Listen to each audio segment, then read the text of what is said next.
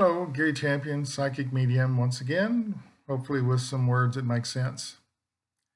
I was looking on the internet this morning and I saw a picture of Don Jr. and he was being castigated for telling a lie that's already been disproved over and over again. And I was thinking, why would he continue to tell a lie that every news organization, every research department has said it's just not true? It's not true. It's what happened with the birther thing. Remember that? Obama wasn't born in America. He's a foreigner. He can't run for president. It's a lie that's still being told. Years and years later, 12 years later, it's still a big lie. And they'll tell it about anybody. It's mudslinging sort of an art. You throw it at people and you hope that it sticks. If it doesn't, you tell another one. You dig up some more slime and you throw it at them, and eventually something sticks. Politics is nasty business. Has been, will be. People are not sitting around sipping tea and saying, what are we going to do about this unemployment problem? What are we going to do with these people with COVID-19? See, a smart president would have jumped on that and done something if he really cared about anybody, but he didn't. Anyway, I'm looking at this picture of Don Jr. and someone says, all fall down. I think, well, there's the real reason that they're telling these lies. They fear that if the lie is no longer believed, then they'll lose power. And they're all going together. They're all going to fall down together. I believe they've clung to each other through these lies and will sink together. And some of them will go to jail. Some will be free on bond for a while. Some will be sued for minor things. A bunch of them will go to jail and find Jesus and write a book. That's the way it always is. Richard Nixon said, I'm not a crook. I want people to know that their president is not a crook. Turns out he was a crook.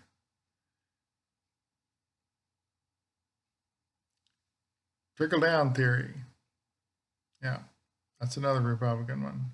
Trickle-down theory. We'll give tax breaks to the rich and they'll reinvest and you'll get some of that trickle down. Eventually it'll get to you. Never did.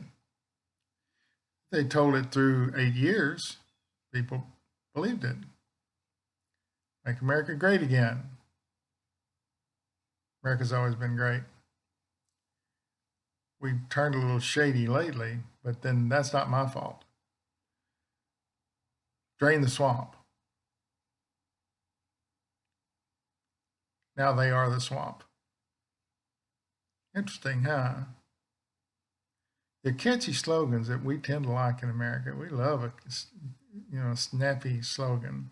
Trickle down theory. That was always trickle down. We'll give it here. These rich guys that are now going to be richer will do the right thing and hire people and build factories. And it turns out they just put the money in their pockets. Make America great again to us means I'll have a job where I can feed my children and have a better life. That doesn't come because somebody says he's going to make it true. That comes because you have the abilities that bring with it the money and job opportunities that bring that kind of money. Just because someone says, I'm going to give you what you want, doesn't mean they can. And in this case, never intended to, never thought about it. And other countries have jumped on the bandwagon. They now have guys running their country. They're just like our guy. They think that, so everybody's lying. Who can discern the truth from a lie? And it just rolls along. Well, after this administration, I think we can assume anything said on television by any politician is partially true.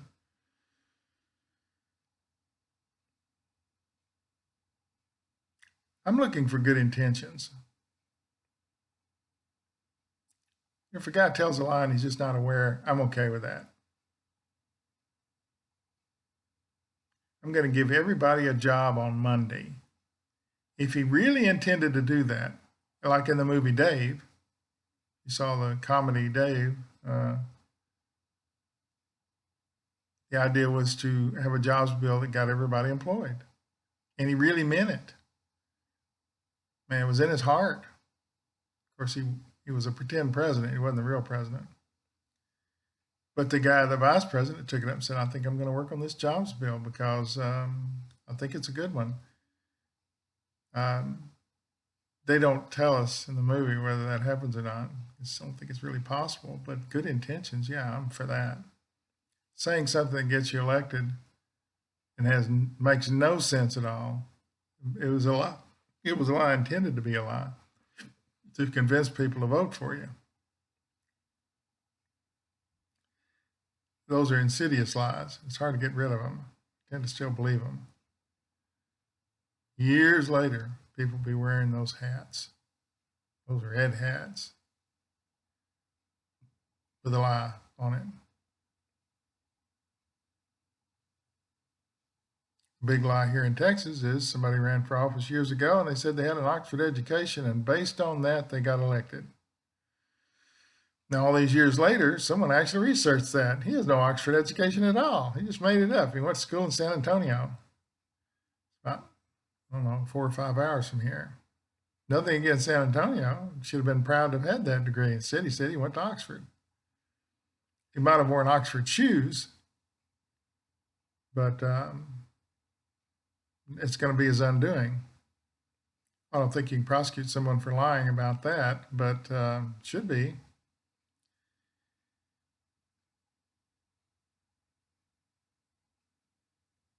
Anyway, all fall down. That's their greatest fear, is that when these guys are out of office, they're all going to go together, and they don't really have any skills. And telling lies is not a skill, unless you're a politician. It's highly prized right now, but I don't believe we'll be in the future because even the networks are now fact-checking everything. You've told some whoppers that, like trickle down. It's horrible. And they never take blame for it. They never admit that, gee, that was a bad idea. They never admit or accept the disaster that was. America will be great again when we get some decent leaders in there. That's up to us. That's our job. We're supposed to vote them in and vote them out. We get good leaders because we study it. Raise your hand if you knew this guy was trouble the second he was in office. 5 minutes after he was elected, I knew there was something bad, dark cloud on the horizon. We're in for a kinder, gentler thing coming up. More understanding, more openness. Telling lies will be kept to a minimum.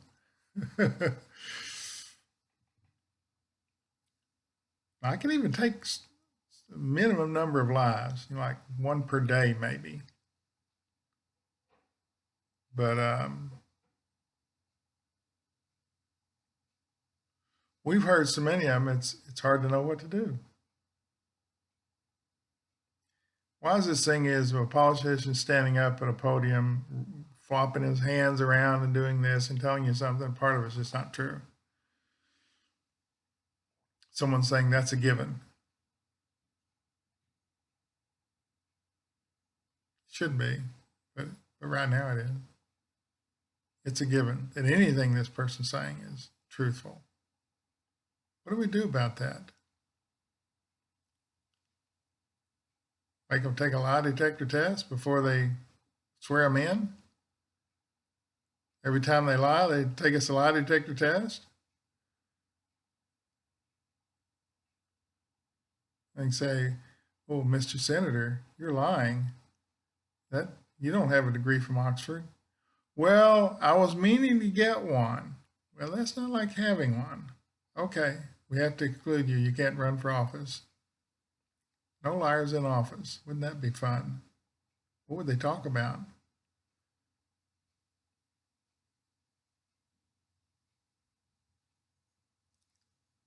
Mudslinging. That's what they're doing. And these are guys who are just not very bright. The guy up front throwing the biggest amount of mud is the biggest liar. anyway, all fall down. That's a comment on the current administration and what's likely to happen, and why everybody's holding on to that gravy train. Because when it goes, that goes. A lot of frauds are going to show up. No fear, no regret, no anger. Thanks for watching.